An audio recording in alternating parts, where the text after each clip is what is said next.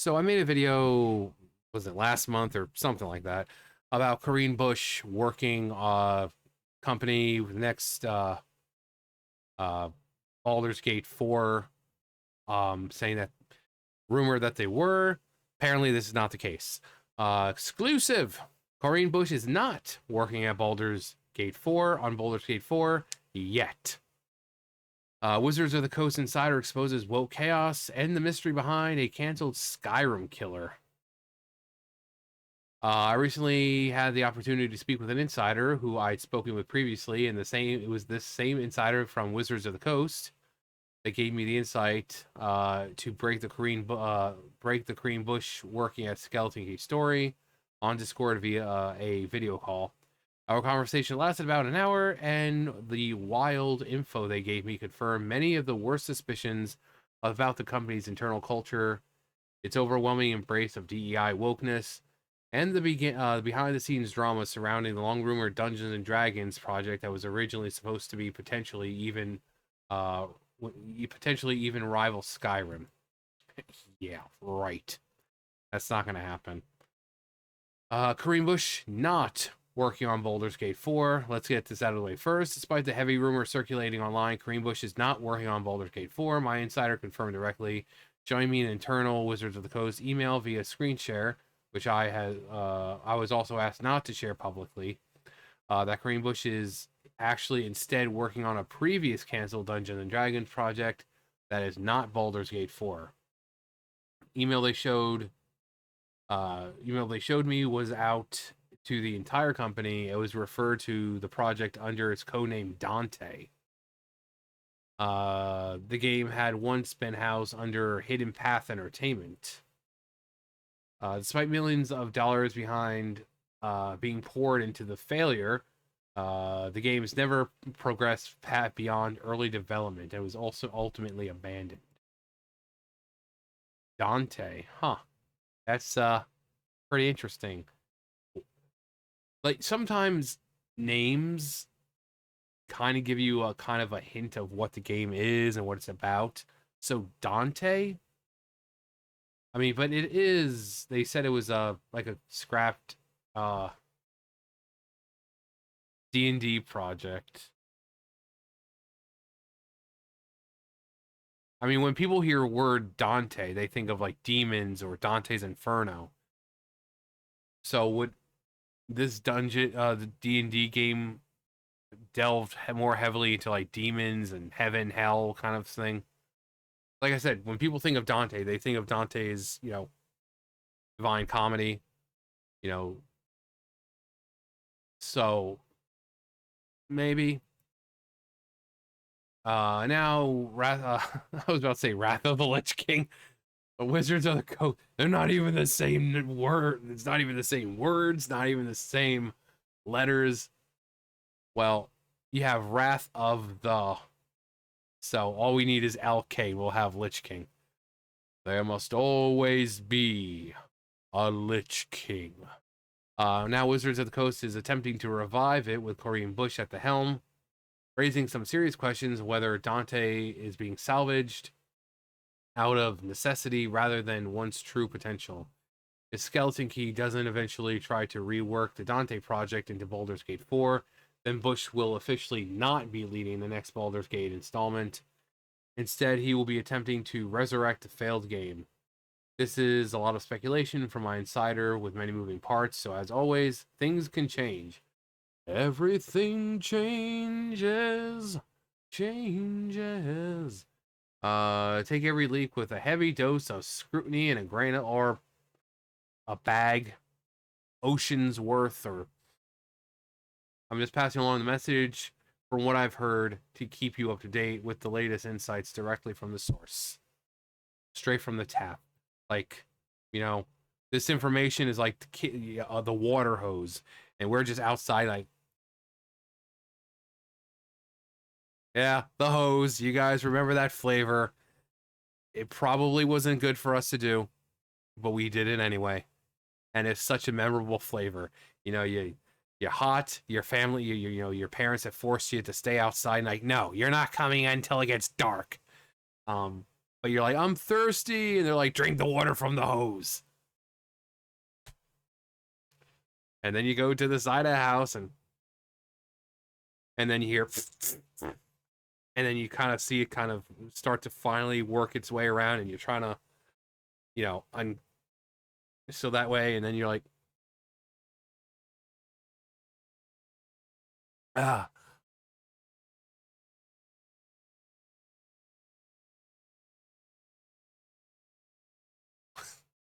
really, John, you did that? No. And you get it like right down there, just really, it's like injecting it right into the veins. Uh, but you guys remember the water from the hose? Oh, it's probably bad for us to drink it that way, but we didn't care.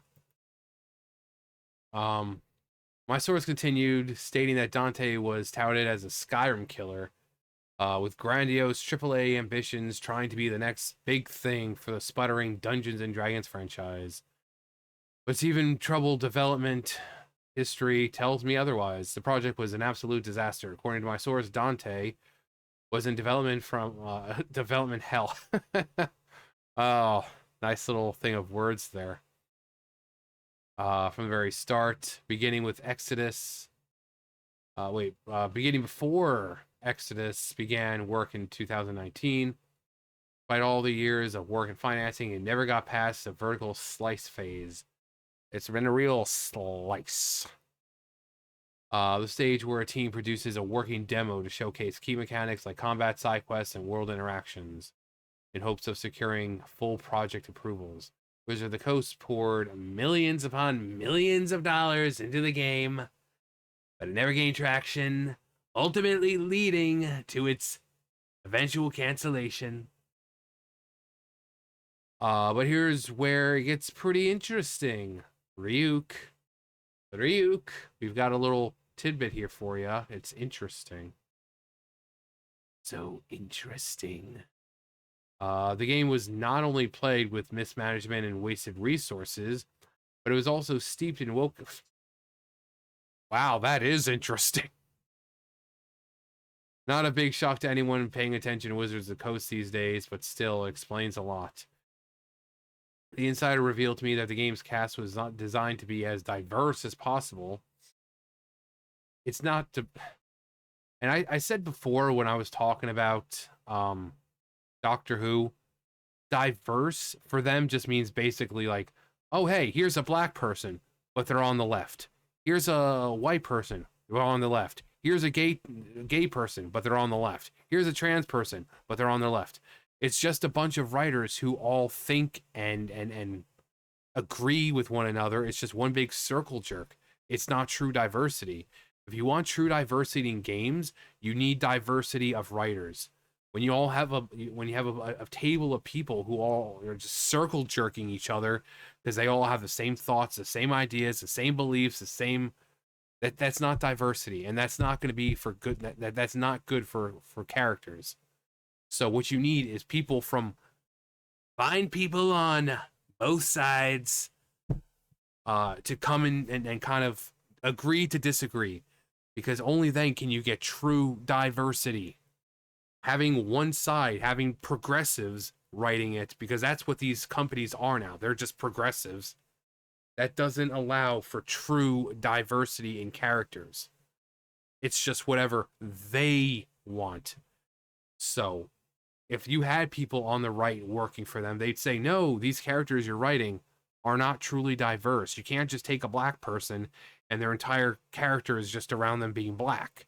You need to make them have a character. Being trans is not a character trait. That's not a personality. But instead, it's like, oh, we were going to make the character trans. Well, work's done here for today. But the insider revealed that to me the game's cast was designed to be as diverse as possible, representation of quality world building. From what I've researched, this all lines up, and adding Corinne Busche to the project, hot off the heels of Dragon Age The Failguard's massive failure, it's gotta make you wonder. Oh, it makes me wonder. It's gotta make you wonder who's making these critical financial business decisions. the project's future rebranded as Baldur's Gate 4. After Hidden Path's involvement ended, the project was then transferred to Skeleton Key to apparently be resurrected years later. Skeleton Key, which I've spoken about previously, is a relatively newer studio under, I'm about to say it again, Wrath of the Lich King. Oh, Wrath.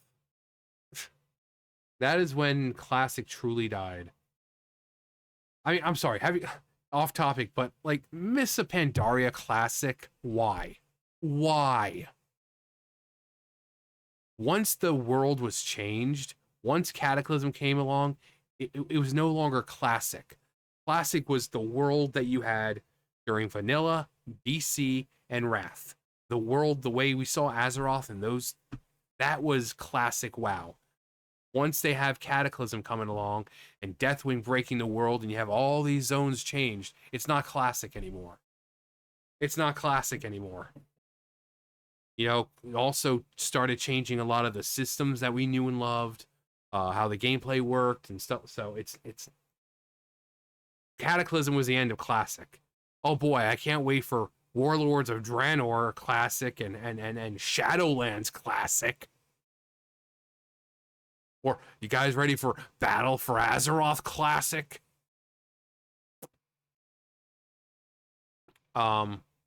Just yeah, off topic. But, you know. Wizard of the Coast umbrella. The insider suggested that if the game continues under their leadership, it will remain just as woke, if not even worse.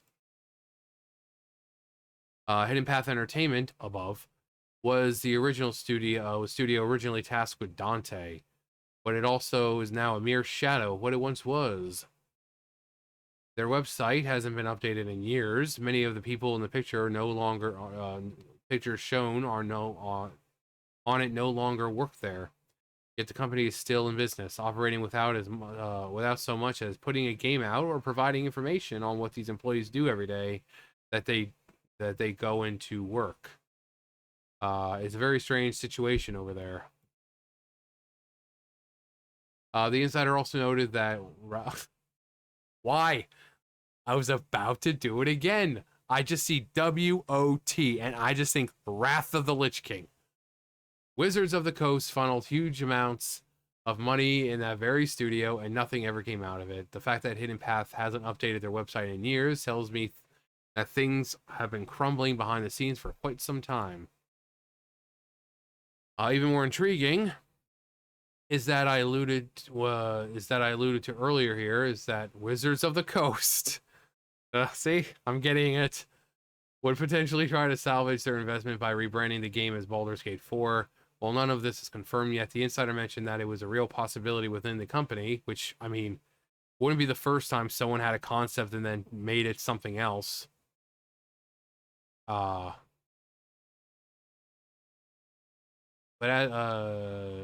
me,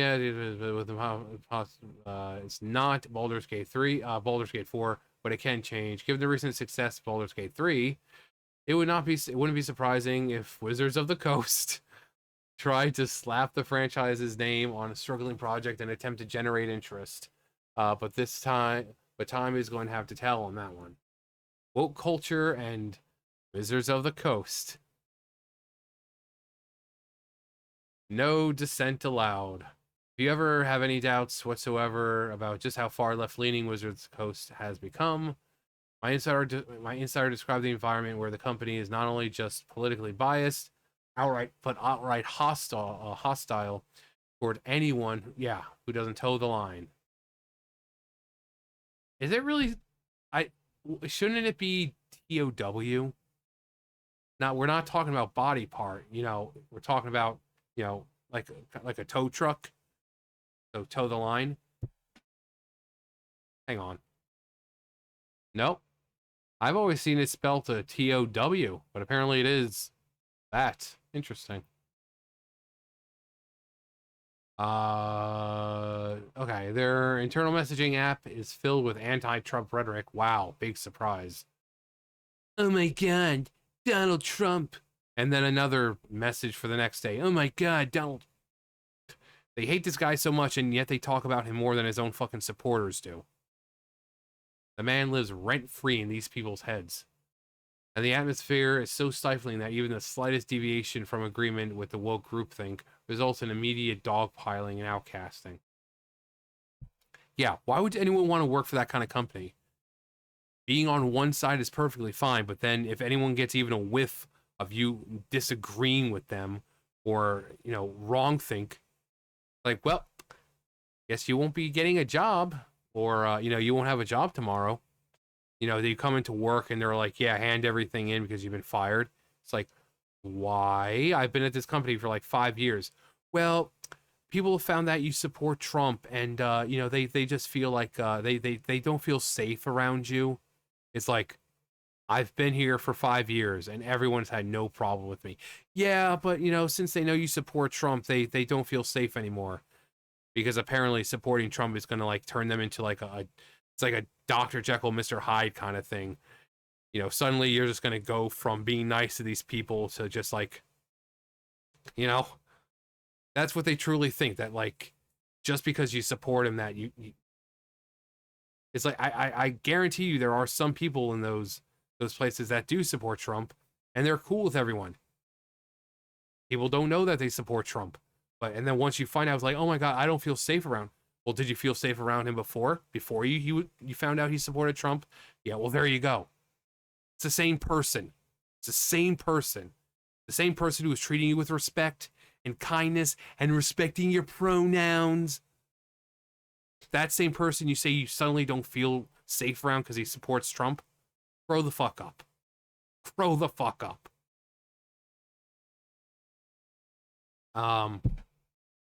The insider told me a story of a lovely lady about an incident where one anonymous person simply asked a question related to Trump, and the entire team on the messaging app immediately jumped on them. It wasn't even a pro-Trump question. It was just an inquiry. This is the kind of company culture, because they're a bunch of fucking limp-wristed just wussies. You mention this man's name and they couldn't have complete mental breakdowns. These are the people like these at these companies. After he was elected, they had to take a day off of work because this man has mentally broken them.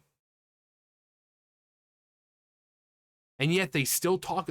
It triggers them so much to talk about him or to whatever about him, and yet they talk about him more than his own supporters do.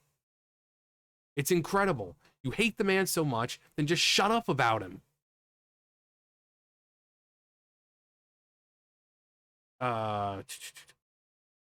This is the kind of company culture we're dealing with at Wizards of the Coast. A place where independent thought is dangerous and ideological purity is mandatory. Actually, now that I think about it, this isn't limited. Yeah, it's not. Yeah. Blizzard.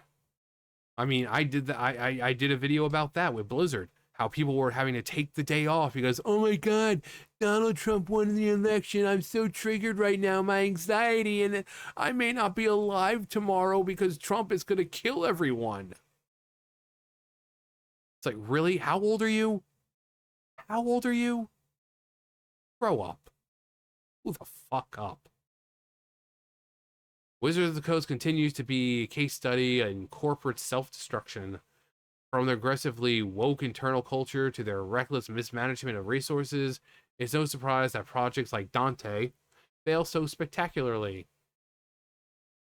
Then they're going to make a new project under the codename Randall.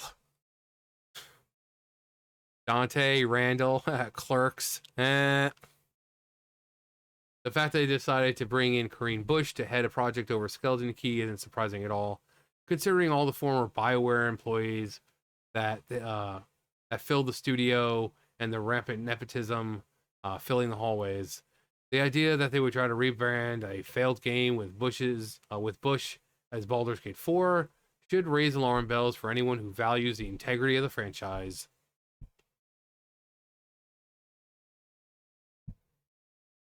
Whatever it is that he works will be a piece of crap and fail. Yeah.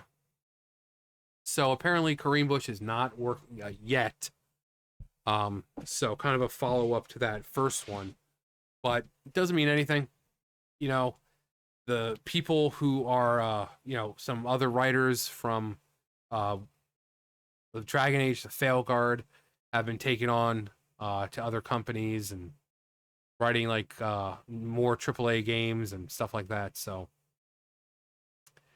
modern gaming, who cares about really good storytelling when you just need diversity, equity, inclusion? Because that's the most important thing, right? It's not about, good written characters with engaging story that keeps a player gripped for, hundreds of hours. No, it's about skin color and sexual preference.